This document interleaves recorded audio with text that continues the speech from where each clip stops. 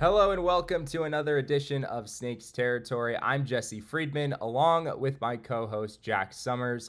And Jack, the Arizona Diamondbacks technically won their three-game series with the Colorado Rockies. I feel like you have to add an asterisk there because did you really win the series when you only took 2 out of 3 against this version of the Colorado Rockies? But nonetheless, Diamondbacks, they did win 2 games. They lost one. I guess at the end of the day, you'll take that.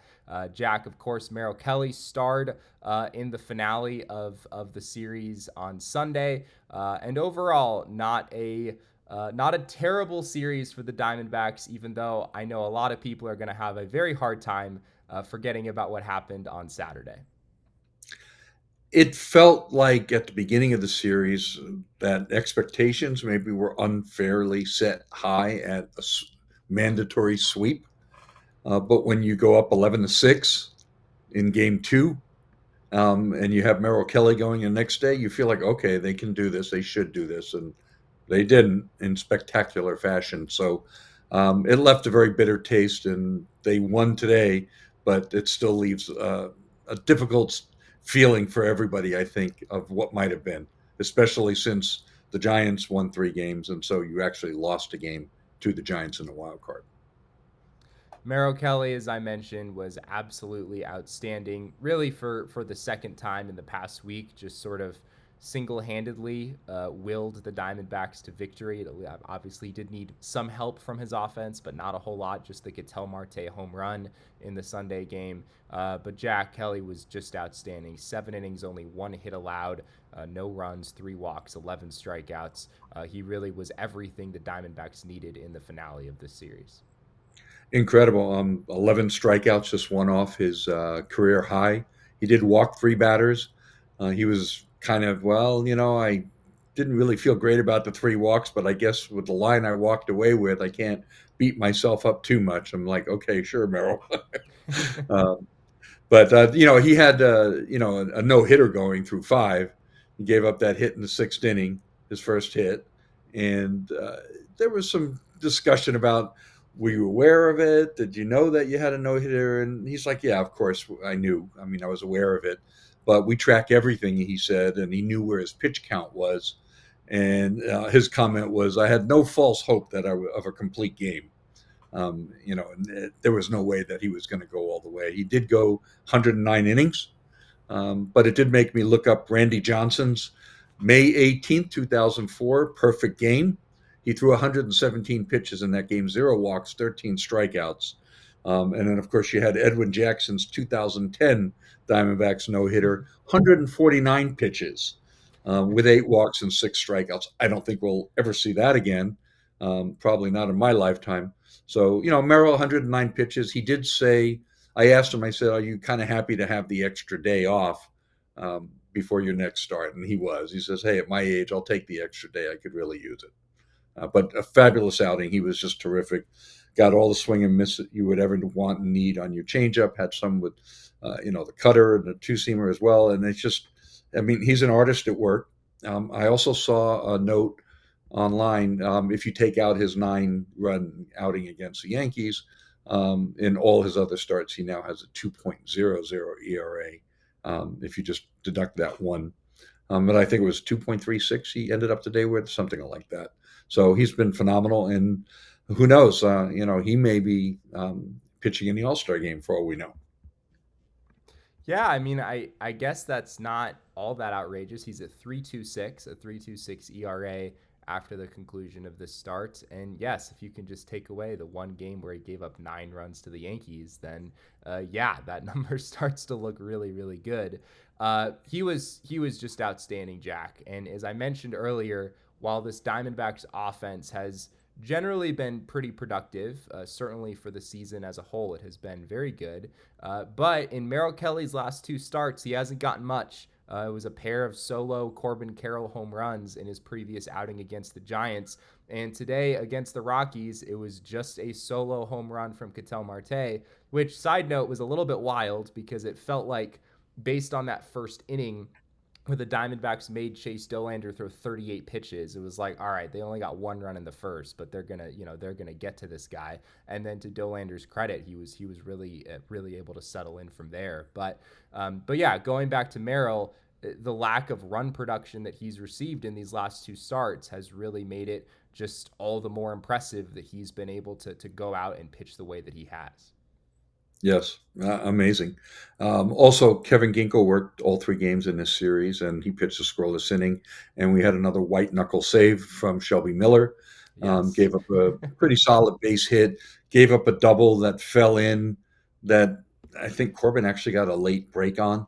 Then intentional walk, and then Michael Toglia hit a ball up the middle, 104 miles an hour, and line drive right at Geraldo Perdomo.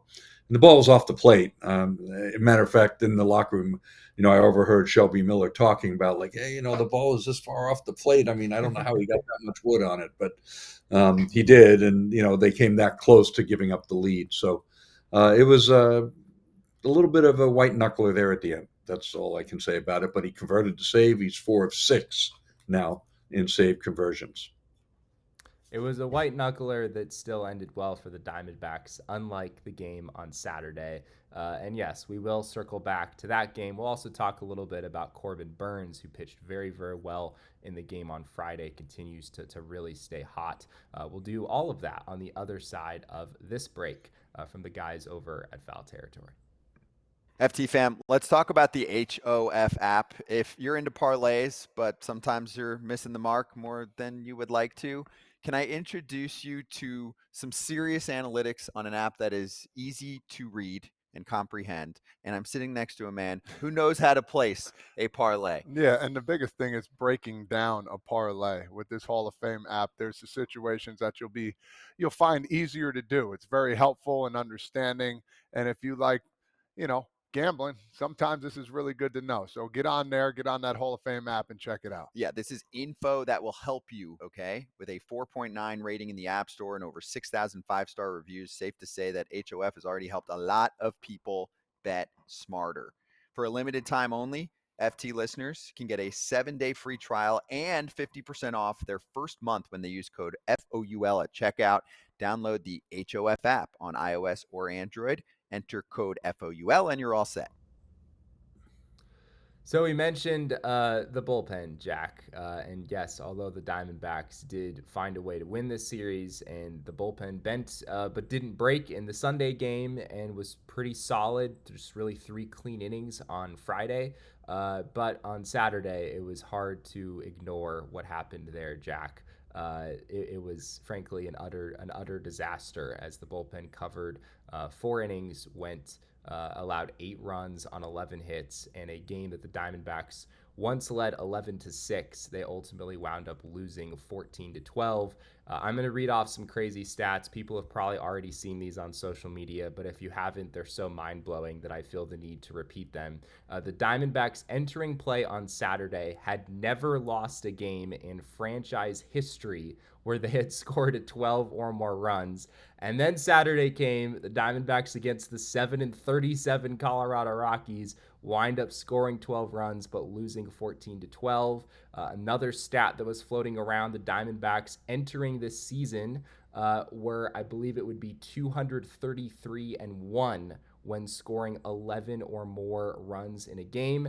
And this year they are 1-3. So 3 of their 4 losses in franchise history where they scored 11 runs or more have come in the season 2025. Just mind-blowing numbers here, Jack.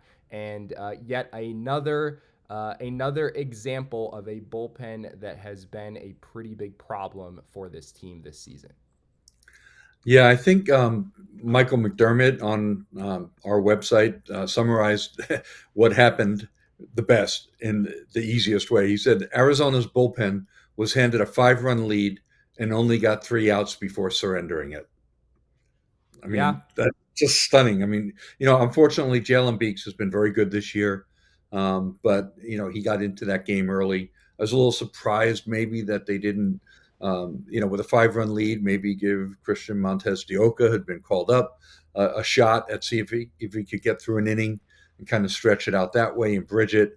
But Torrey was very aggressive and went right to Beeks, and didn't work out so well for him. He walked 3 batters, gave up a hit, and gave up some 2-run double, and then Kevin Ginkel got the last out in the inning, but he was not sent out for the next inning. And then Ryan Thompson came in and essentially had a meltdown as well. He had a balk, and it just Ryan Thompson right now is a ground ball pitcher who's not getting ground balls. Is the only way that we can describe it. And if that doesn't rectify, he's really going to have a hard time getting outs. So that was very unfortunate. Kendall Graveman joined the parade, gave up his first run as a Diamondback as well. So it was just ugly bullpen pitching. There's just no excuse for that. Zac Gallen had a very bad start. He gave up 4 home runs in the game. Gave up 3 in the first inning on 2 homers, and then he gave up another couple of home runs and 3 more runs, I believe, in the third inning. And he was very frustrated, visibly on the mound, in the dugout, and in the post game. That's the most frustrated I've ever seen Zac. I mean, he was pissed and very upset with himself, and justifiably so. Zac Gallen, going into the game in his last 58 starts, dating back to July 15th of 2023, 58 starts, had a 4.0 ERA and a 25-21 loss record. So that ERA now through 59 games is over 4, because he ended up giving up 6 runs in 5 innings. And I don't know what the answers are there to get him turned around. I'm not even going to delve into it right now. It's a long-term issue of what's wrong with Zac Gallen. It's almost becoming a tired topic, quite frankly. The bottom line is Zac Gallen has been a league average pitcher who's inconsistent and is great one week and poor the next, for running on almost 2 full calendar years. And he's a free agent at the end of this season. And that's about all I got to say about that today. Yeah, it was one of those games where both Gallen and the bullpen both just were really bad, frankly, and you can't really put all of the blame on one of those parties or the other. Like, every team's going to have some off nights with their bullpen, and you hope your starter, who is has generally been pretty good over the course of his career, is able to hold a Rockies team that has been historically bad to start the season to fewer than 6 runs in 5 innings.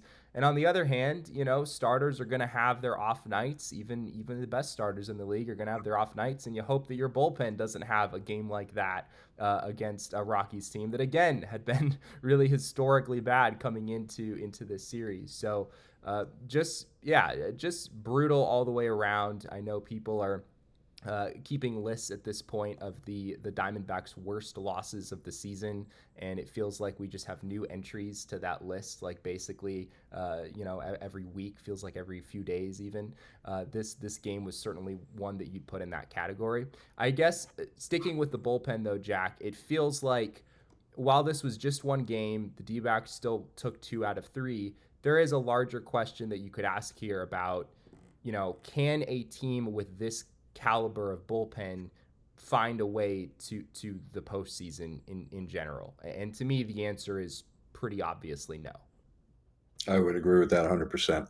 The question, I don't think that's rocket science. I think all of us feel the same way. Everyone sees what we see. The question becomes, can this bullpen improve enough? Just in general, between the starting pitching and the bullpen, this team came into today with an 89 ERA plus, which is 11% below league average. Obviously, that number improved with Merrill's start. But the point being that in modern baseball history, there'd only been one non-strike season where a team with an 80 or below 90 ERA plus made the postseason, and that was the 1913 Philadelphia Athletics. In 1981, there were 2 teams that did it, the A's and the Brewers, but that doesn't really count because that was a weird strike season with split first and second half, and teams were tanking in the second half, so it didn't really mean anything.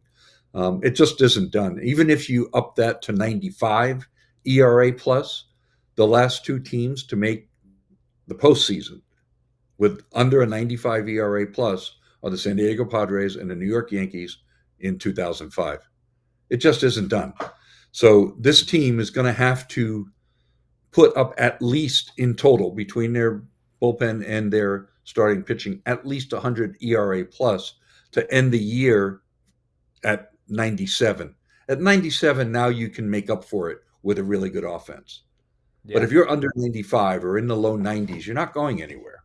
And clearly, they need to fix this bullpen somehow. You hope that when Justin Martinez comes back, as we're about to talk about, that helps improve things. But you can't expect that to just turn everything around 180 degrees. That's not fair to put that much onus on him. I talked to Tori about that today too. It is interesting that just about a month ago we were talking about the Diamondbacks bullpen maybe even being a strength, right? It was like, oh my gosh, you've got two legit guys at the back end in AJ Puck and Justin Martinez. And not only that, but what really had us feeling like that could be a strength for this team was the depth behind those two guys. Like Kevin Ginkel coming back from injury. I mean, he's been a really solid reliever the past few years. Dre Jameson was up throwing, 98, 99 miles an hour. Ryan Thompson has been a steady presence since he got here. Shelby Miller and Jalen Beeks obviously got off to really good starts, and Beeks had obviously the clunker on Saturday, but Shelby Miller has generally been really solid even up to this point in the year. And it's just amazing to me, Jack, how quickly the narrative has shifted where, suddenly AJ Puck and Justin Martinez are both injured. That was a big part of it. But not only that, but all of the depth that we kind of thought the Diamondbacks had, none of those guys have really performed to expectations.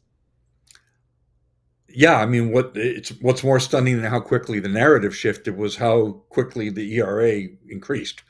Yeah. I mean, it just zoomed to, I think it was 6.7 something heading into today since April 18th. I mean, sorry to keep rounding off my numbers. Everyone gets the point. It's just the soft underbelly, the middle relief, guys that should be performing well, not performing well. One thing that was encouraging, though, was Kevin Ginkel's stuff looked better this weekend. Yeah. He was up to 95, 96, and the slider was moving. So, he had to work all three games. Obviously, he's not going to be pitching tomorrow. I don't know if he'll pitch Tuesday. But at this point, it's very encouraging to see his stuff tick up a little bit. And I think Ginkel is a reason why, as crazy as it might sound at this point, you can still envision a version of this bullpen a month or two from now that maybe is okay. Great, probably not. But if Justin Martinez comes back and looks like the guy we saw in the first few weeks of the season, if AJ Puck, who I believe is about to start a throwing program, if he's able to come back and be something like what he was before, and then you get Kevin Ginkel back to the guy we've seen the past few years, and Ryan Thompson, if he can get back on track, and if Shelby Miller and Jalen Beeks can continue to be solid weapons for this team, maybe there's a way where it all comes together. Of course, the trade deadline could be an opportunity for them to add there as well. So I could still see, Jack, maybe in a couple months, the narrative has shifted again. I'm not expecting this bullpen to be a strength for this team at any point, but maybe there's a route where we're talking about this group being at least somewhere in the middle of the league and not as a detriment to this team as it's been recently. We will wait for that day. In the meantime, do you have any lottery numbers you want to give me? It's a fair question. Before we move on from the Rockies series, I did want to touch on Corbin Burnes, who was really, really good on Friday, has really turned things around after the struggles that we saw early in the season. Jack, I know that when he missed that start with the shoulder injury, your message on our show was basically, I need to see it. It's not that I don't believe Corbin Burnes can come back and be Corbin Burnes, but at this point he's going to have to show it to me just because of a shoulder injury being a shoulder injury. And I think it's safe to say that Corbin Burnes has done that and more here over his last couple of starts. He's shoved. He's not only shoved the baseball, he shoved you-know-what up my you-know-what. So it's fun getting shut up in this way. He was phenomenal. It was just kind of funny. After his last outing, previous 2 outings ago, he said, hey, I'll take the 5-pitch inning anytime I can get it. And then this time he, had 10 strikeouts and just a ton of swing and miss. And so I asked him, I said, you'll take that many strikeouts and all that swing and miss. And he laughed and he said, hey, 5 pitch innings or, 10, 11 strikeouts, nothing in between. So I said, okay, that works for me too. That's certainly fun to watch what he did in the game on Friday. I believe it was 20 whiffs, something like that, and just really electric stuff. The cutter averaged 95 miles an hour on the dot, which I think is the first time this season we've seen the velocity up that high, and that's the pitch for him, Jack, and it just continues to look a lot more like the pitch that it's been for the better part of the last 5 years or so. Yeah, he even threw a fastball at 98. He had a true eight pop up on there on the radar gun, so that was pretty cool. Hmm. Yeah. Yeah, so Corbin Burnes is trending upward, and Merrill Kelly certainly trending upward. Zac Gallen is sort of trending downward right now. Of course, there is the Eduardo Rodriguez news that we have yet to discuss on the show. With Rodriguez being placed on the 15-day IL, we expect Ryan Nelson to take his spot in the rotation, and we will discuss that and a couple of other things on the other side of this break.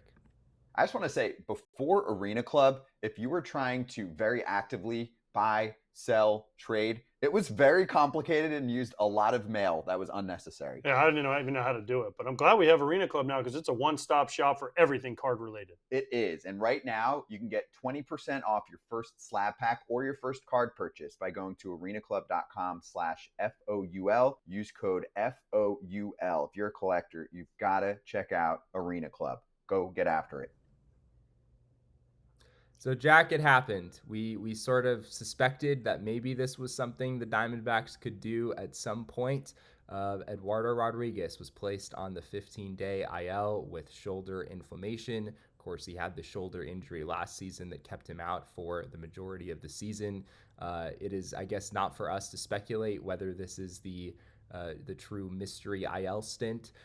We presume that there is some legitimacy to this. But what were your thoughts when you heard the Diamondbacks were making this move? Well, I mean, the information that I was getting privately kind of jived with some of the things that Corey said publicly. Initially, he said that he was told after the game in San Francisco that his shoulder was bothering him. But then he also continued to go on and speak about how tough Eduardo Rodriguez is, and he was glad that he, finally spoke up. And the inference was that this has been going on a while, that his shoulder had been bothering him a while. Unfortunately, we did not get to speak with Eduardo. He declined to make himself available after several attempts to myself and Nick and Steve and everybody else and Jody. He just was not available to speak. So we didn't get a chance to ask him, any questions about when it first started and, how it felt and all of that. So I don't have a lot of great insights to offer because of that. But the bottom line is he had 3 out of 4 starts. He had pitched very poorly, gotten very poor results, and did not pitch well. And pretty much we eliminated the Eduardo Rodriguez is having bad luck discussion over his previous 4 starts. That was true early on. It no longer was over those 4, and now we know why. So I don't expect him to come back within the shortest time possible. Although, of course, Torey will always remain optimistic when it comes to that.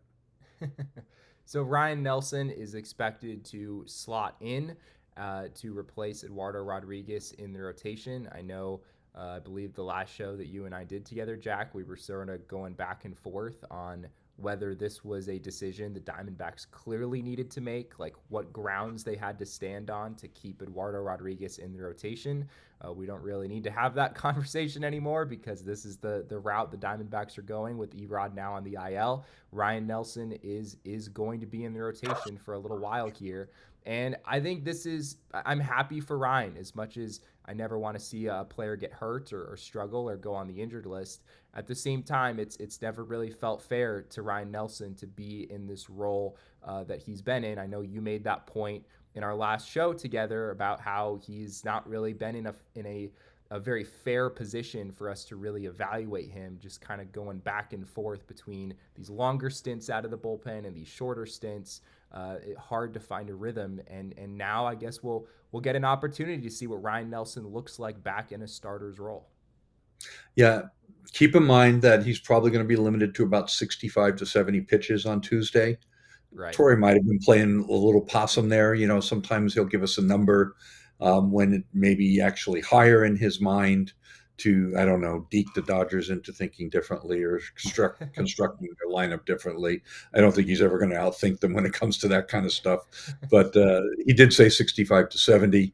And I think he even inferred that it's going to take a couple of starts to get him up to, the full potential of 90, 95, even 100 pitches. So don't be surprised if the next two times we see Ryan Nelson, if he struggles with control or gives up a lot of hits and base runners and the pitch counts climb, it may be difficult for him to complete 5 innings. He's going to have to stay pretty efficient. In order to do so, Ryan's also changed his philosophy. I mean, he wants to be in the strike zone and pitch to contact. So that can work for you, or it can work against you pretty fast, especially against a lineup like the Dodgers. So we'll see how it goes. So here I am, Jesse, dialing down expectations and managing expectations after I so emphatically told you were wrong. And just to continue along with that narrative, I am now going to sing Ryan Nelson's praises just a little bit and say that his peripheral numbers this year are substantially better than the 5.13 ERA he has posted to this point in the season. He has a 3.93 expected ERA over on StatCast, a 3.71 FIP, a 3.50 xFIP. So, how much do those numbers really mean in a sample of 26 and a third innings? Debatable, maybe not too much. But what we do know is that Ryan Nelson was very effective for the Diamondbacks down the stretch last season, and he's getting an opportunity here. And it'll be really interesting to see what this looks like in this role. Okay, and then Justin Martinez. Yes, yeah, he's coming back, right, Jack? He's on the move here to Reno. Yeah, so Justin Martinez will pitch in a rehab game on Tuesday for the Reno Aces up in Reno, Nevada. There was debate about whether or not he could come back just from pitching in the Arizona Complex League game, in which he did, go through an inning, retired the side, hit 99 on the gun, didn't get over 100. Torrey said he's not worried about the velocity. He never is. Thought that Justin would probably have a better time ramping up to his full capacity when it comes to velocity and power, pitching under the lights in a real game, in a hot game setting, putting on his uniform in an actual clubhouse, getting out under the lights. He just felt like he really needed that. I agree. I don't like to see guys come off the injured list and not go play in an affiliated game. I think that the pace of everything that happens in an affiliated game is going to be closer to a major league game than what you see over at the Salt River Fields complex. I just don't think that that's enough. I felt that way with Ketel Marte. I felt like his slow start back was due in part that his timing looked off. Now, pitchers and hitters not the same, but I think you get the idea there. So I'm glad he's doing it. It does mean he'll miss the Dodgers series, but I think one more start is certainly called for here. He'll come back to Arizona on Wednesday after the outing, get checked out. If everything's good, he'll rejoin the team in St. Louis, is what was inferred. They didn't confirm that, of course. It will require a roster move. But the team isn't flying to St. Louis until Thursday morning from Los Angeles because the Dodgers insist to play all-night games on Wednesdays, and they won't allow for the Wednesday day game getaway day. So the Diamondbacks have a day off Thursday. They'll fly Thursday morning over to St. Louis, and I believe that Justin Martinez will join them by Thursday evening. Do we know if AJ Puck has started that throwing program at this point?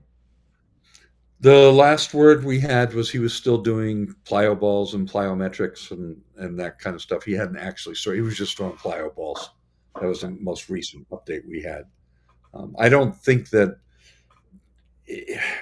we're looking at June 18th as the earliest date that he can come off.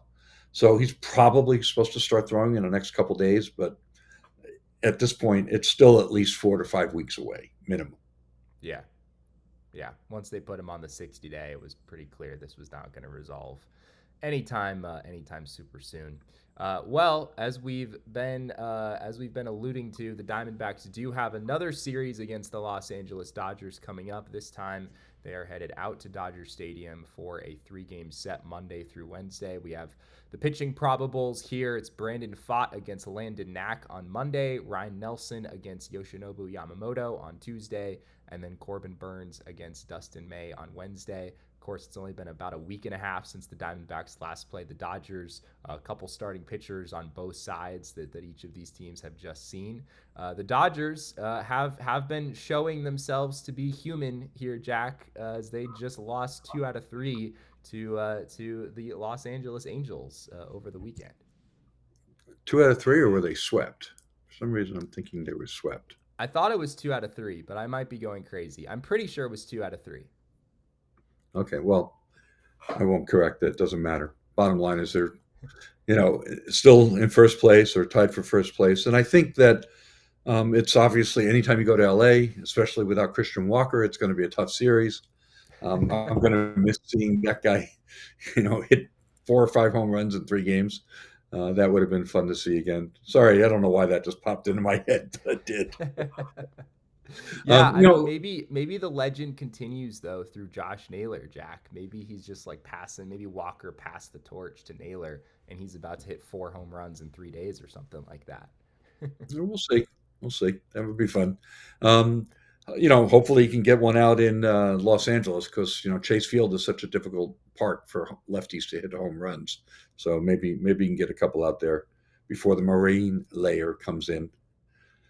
Looking at the pitching matchups, I mean, Yamamoto's shown his health to be somewhat human. The Diamondbacks were able to kind of get to him a little bit and get him out of the game early. He won his last start, but he gave up 3 runs in 6 innings. It hasn't been like pristine, 0-1 run the last couple times out for him. Dustin May was good against the Diamondbacks. That's like the only good start he's had in his last 5. His last 5 games, he's got a 6.51 ERA, but he went 6 2/3 and held the D-backs at 2 runs. So, we'll see what they get there. Landon Knack is, just a pretty average pitcher in my view. So it's not like the Dodgers have necessarily a huge advantage at the starting pitching. Their bullpen is a better bullpen, but I'm looking at something really interesting I wanted to share with everybody. During the offseason, we talked a lot about the Dodgers starters being very injury prone and that they were going to have to cycle in a lot of starters. And that's certainly come to fruition. Yes. It's May 18th, and they've already used 13 different starting pitchers. It's wild. Okay, think about that. It's May 18th, and they've used 13 different starting pitchers. Not only that, but the Dodgers have averaged 4.6 innings pitched per game started. That's 30th in Major League Baseball. They have the fewest innings from their starting pitchers of any team in Major League Baseball. They have 6 relief pitchers over 20 innings pitched. And there's a bunch of guys that are all on pace for 74, 75 innings. And even Kirby Yates has 18 innings pitched. So, their bullpen just went on the IL, I believe. I think the Dodgers. Oh, did he really? Okay. Kirby Yates on the IL, yeah. Okay, I missed that. But the point being is that, as we expected, their starters have gotten hurt a lot. They've had a lot of short outings. They've had to really tax their bullpen. I have a lot of questions. Not necessarily for this series, but what is this going to look like in August and September for the Dodgers? I mean, yes, they do have a lot of players that they can cycle back up and cycle back in off the IL, but are all these injured pitchers going to be as good or better when they come off the IL? How deep is their farm system? Are they really going to be able to plug all these holes? I think the Dodgers might be in a bit of trouble here in the long term. May not show its head in this next series, but keep those thoughts in mind. Yeah, all great points. Somehow they're still 29-18, which imagining like how do you average 4 2/3 innings per start? from your starting pitchers, and you're still 11 games over 500 in the middle of May. That is just wild to He's still do that. 5.5 runs per game. Yeah, right. But I mean, the Diamondbacks offense has not been, I mean, I don't have the numbers in front of me right now, but it's not like the Diamondbacks offense has been so much worse than the Dodgers. I think they're probably in a pretty similar range there. So yeah, it'll be interesting to see what this series looks like. Yeah. I mean, don't get me wrong. The Dodgers, team ERA is better. Their bullpen ERA is better by a lot.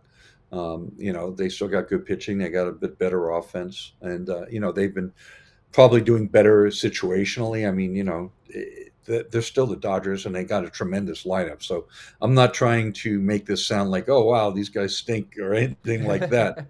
But just looking at it long term, just the long-term viability of this pitching staff seems to be in question to me. Now, that may end up benefiting the Padres or the Giants more than it benefits the Diamondbacks, but just a point to note.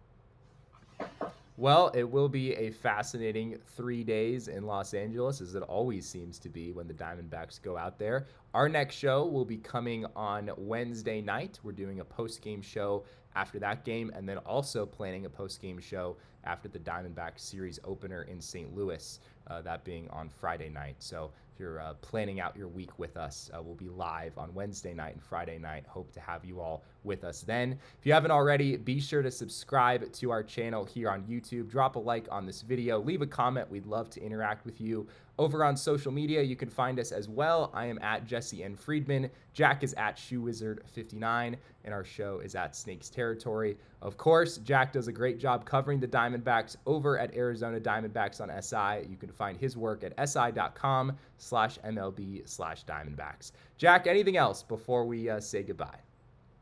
I think it's 1 o'clock. There we go. Jack has covered a full weekend of baseball, and he is ready to enjoy the rest of his evening as we record this on Sunday night. For those of you getting to this on Monday morning, you might have suspected, yes, this was recorded on Sunday night. But yes, we very much appreciate all of you being with us here today, and we'll be back with another episode of Snakes Territory once again on Wednesday night. We hope to see you then.